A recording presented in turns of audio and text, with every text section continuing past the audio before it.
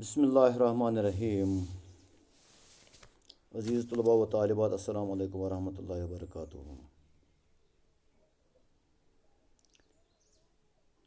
جیسا کہ آپ جانتے ہیں، کل ہم نے مولوی حق کا لکھا ہوا خاکہ مولانا حالی پر اختتام کو پہنچایا. آج ہم اس خاکے کے آخر پر دیے گئے سوالات اور گرامر کا پورشن پڑھنے جا رہے ہیں. امید ہے کہ آپ اچھی طرح سے دھیان دیں. ویڈیو کو سننے سے پہلے آپ اپنے ہاتھ میں کاپی اور قلم اٹھائیں اور اپنی کتاب کی صفحہ نمبر 75 پر جائیں. سب سے پہلے دیے گئے سوالاتوں کے جواب میں آپ تک پہنچانا چاہتا ہوں. پہلا سوال جو ہے، قومی اتحاد کے بارے میں مولانا حالی کا کیا خیال تھا؟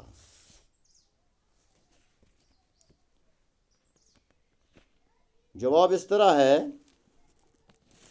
حالی ہندو مسلم اتحاد کے بڑے حامی تھے. آپ جب کبھی ہندو مسلم جھگڑے کا کوئی واقعہ سنتے تھے تو انہیں بہت دکھ ہوتا تھا. وہ ہر قوم اور مذہب کے آدمی سے ایک جیسی محبت کرتے تھے اور خلوص کے ساتھ پیش آتے تھے. وہ کبھی بھی ایسی بات زبان سے نہیں نکالتے تھے جس سے کسی فرقے کی دل آزاری ہو. گویا تعصب ان میں نام کو نہیں تھا. دوسرا سوال: مولانا حالی نے عملی میدان میں کون سی 2 یادگاریں چھوڑی ہیں؟ جیسا کہ پہلے بھی میں نے آپ کو پڑھایا کہ مولانا حالی نے عملی میدان میں 2 یادگاریں چھوڑی ہیں. ایک انہوں نے پانی پت میں مدرسہ قائم کیا جو اب حالی ہائی اسکول کے نام سے جانا جاتا ہے، اور دوسری یادگار یہ کہ انہوں نے اورینٹل لائبریری قائم کی. تو سوال نمبر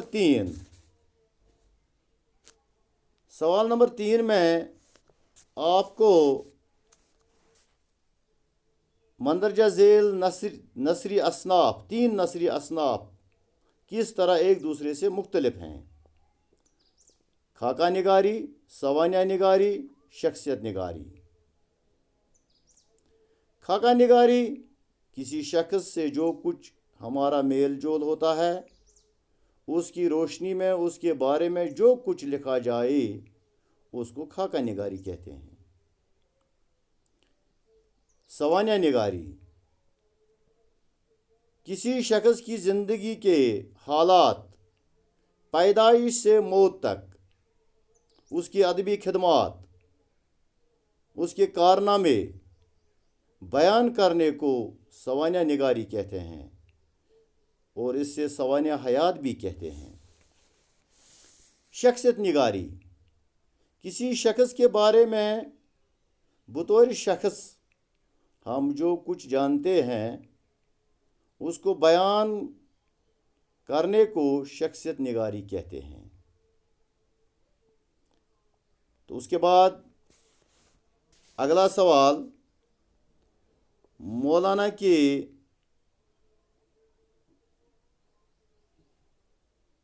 زندگی کے کچھ نقوش یہاں دیے گئے. یعنی مولانا حالی شہرت اور خود نمائی پسند نہیں کرتے تھے. مولانا حالی زبردست مہمان نواز تھے۔ مولانا حالی بعض اوقات چھوٹوں کا بھی ادب کرتے تھے۔ تو اس بارے میں آپ اپنی کتاب کا خاکہ جو حالی پر درج ہے اس کو اچھی طرح سے پڑھیے، اور آپ کو ان 3 خوبیوں کا وہاں اچھی طرح سے پتہ چلے۔ سرسری طور میں آپ کو اس کا ناظرہ بھی یہاں کراؤں گا۔ نمبر 1 کے جواب میں، ذوق شعر اعلیٰ درجے کا ہونے کے باوجود حالی اس کی نمائش نہیں کرنا چاہتے تھے۔ لوگ مولانا حالی سے ان کا کلام سننے کی فرمائش کرتے تھے، لیکن وہ کسی نہ کسی طرح ٹال جاتے تھے، اور عام طور پر یہ بہانہ کرتے تھے کہ ان کا حافظہ کمزور ہے، اس لیے اپنے شعر بھی یاد نہیں رہتے۔ یہ بہانہ وہ اس لیے کرتے تھے کیونکہ انہیں خود نمائی پسند نہیں تھی۔ دوسری خوبی جو ہے، مولانا حالی زبردست مہمان نواز تھے۔ تو اس کے بارے میں مولوی انوار احمد آل انڈیا مسلم ایجوکیشن کانفرنس کے مشہور سفیر ایک بار پانی پت میں حالی سے ملنے گئے۔ یہ سردیوں کا موسم تھا۔ مولوی صاحب حالی کے مکان پر پہنچے۔ حالی نے انہیں بہت سے اپنے قریب بٹھایا، ان کی مزاج پرسی کی، اور ادھر ادھر کی باتوں کے بعد بہت پیار سے انہیں کھانا کھلایا۔ مولوی انور احمد کہتے ہیں کہ آدھی رات کو مجھے ایسا محسوس ہوا جیسے کہ کوئی میری رضائی کو آہستہ آہستہ چھو رہا ہے۔ میں نے چونک کر پوچھا کہ کون ہے؟ حالی نے کہا، میں ہوں۔ آج سردی زیادہ ہے، میں نے سوچا کہ کہیں آپ کو سردی نہ لگے، اس لیے کمبل اوڑھ رہا تھا۔ چنانچہ حالی مہمان کے آنے پر بہت خوش ہوتے تھے اور اس کی بہت خاطر تواضع کرتے تھے۔ تو یہ مولانا حالی کی وہ خوبی تھی کہ مہمانوں سے زبردست مہمان نوازی کرتے تھے۔ تو تیسرا، مولانا حالی بعض اوقات چھوٹوں کا بھی ادب کرتے تھے۔ تو یہ خوبی اس طرح بیان ہوئی ہے کہ ایک بار مولوی عبدالحق اور مولوی حمید الدین حالی سے ملنے علی گڑھ گئے۔ حالی انہیں دیکھتے ہی ان کے احترام میں کھڑے ہو گئے۔ مولوی حمید الدین نے کہا کہ آپ ہماری اس قدر عزت کر کے ہمیں شرمندہ کرتے ہیں۔ تو حالی نے جواب دیا کہ آپ کی عزت نہ کروں تو اور کس کی کروں؟ آپ نے ہی تو آئندہ قوم کی رہبری کرنی ہے۔ تو آگے آپ اپنی کتاب کے صفحہ نمبر 75 میں ہی دیا گیا اقتباس اچھی طرح سے پڑھیے۔ جدید تعلیم کے بڑے حامی تھے، اس کی اشاعت و تلقین میں مقدور بر کوشش کرتے رہے، لیکن آخری عمر میں ہمارے کالجوں کے طلباء کو دیکھ کر انہیں کسی قدر مایوسی ہونے لگی۔ مجھے خوب یاد ہے کہ جب ان کے نام حیدرآباد میں ایک روز اولڈ بوائے آیا تو اس سے پڑھ کر بہت افسوس کرنے لگے کہ اس میں سوائے مسخرے پن کے کچھ بھی نہیں ہوتا۔ انہوں نے کہا، علی گڑھ کے طلباء سے اس سے اعلیٰ توقع تھی۔ تو اس اقتباس کا آپ کو سیاق اور سباق کا حوالہ دے کر آپ کا اس کا محصلہ لکھنا ہے۔ سیاق یعنی مصنف کس نے لکھا ہے، سباق کس سبق سے لیا گیا ہے۔ تو اس کا انداز اس طرح ہوتا ہے، چونکہ ایگزام میں یہ ضروری آتا ہے، تو وہاں 2-3 اقتباسات دیے ہوئے ہوتے ہیں، 3 میں سے آپ کو ایک کا محصلہ لکھنا ہوتا ہے سیاق اور سباق کے ساتھ۔ تو آپ تب تک اس کا اچھی طرح سے اس کا سلیس نہیں کر سکتے ہیں جب تک نہ آپ کو اس اقتباس کا یہ پتہ نہ ہو کہ یہ کس موضوع سے لیا گیا ہے۔ تو اس اقتباس کا محاصلہ اس طرح ہے۔ شروعات: یہ اقتباس مولوی عبدالحق کے خاکے حالی سے ماخوذ ہے۔ اس میں مولوی صاحب مولانا الطاف حسین حالی کے خیالات و نظریات کا ذکر کرتے ہوئے لکھتے ہیں کہ حالی جدید تعلیم کی بہت حمایت کرتے تھے اور جس قدر ان سے ہو سکا انہوں نے جدید تعلیم کو پھیلانے کی کوشش کی، لیکن ان کی عمر کے آخری حصے میں جب وہ کالج کے طلباء کو دیکھتے تو وہ ان سے کسی حد تک مایوس ہوتے تھے۔ مولوی صاحب لکھتے ہیں کہ ایک دن جب علی گڑھ سے نکلنے والا رسالہ اولڈ بوائے انہوں نے پڑھا تو افسوس کے ساتھ کہنے لگے کہ اس میں سوائے مسخرے پن کے کچھ بھی نہیں ہے۔ انہوں نے مزید کہا کہ علی گڑھ کے طالب علموں سے انہیں اس سے بہتر کام کی امید تھی، لیکن افسوس کہ انہوں نے وہ ادبی معیار قائم نہیں رکھا جس کی ضرورت تھی۔ تو آگے آپ اپنی کتاب کے صفحہ نمبر 76 پر جائیے، وہاں آپ کو عملی مشق میں کچھ واحد اور جمع کے الفاظ دیے گئے ہیں، تو ان کو بغور پڑھیے کہ سوال پوچھنے والا ہم سے کیا مطالبہ کرتا ہے۔ تو خالی جگہیں پر کیجیے۔ مثال تو وہاں دی ہوئی ہے، کتابیں، جبکہ ہمارے پاس کتاب کا جمع ہم کتب بھی لکھ سکتے ہیں۔ تو یہاں جس طرح سوال پوچھا جائے اسی کے روح سے اس کا جواب بھی دیا جائے۔ تو یہاں قلم، اس کا جمع ہم اقلام بھی لکھ سکتے ہیں، لیکن ہم سے جو مثال دی گئی ہے ہمیں اسی روح سے اس کا جواب دینا ہے۔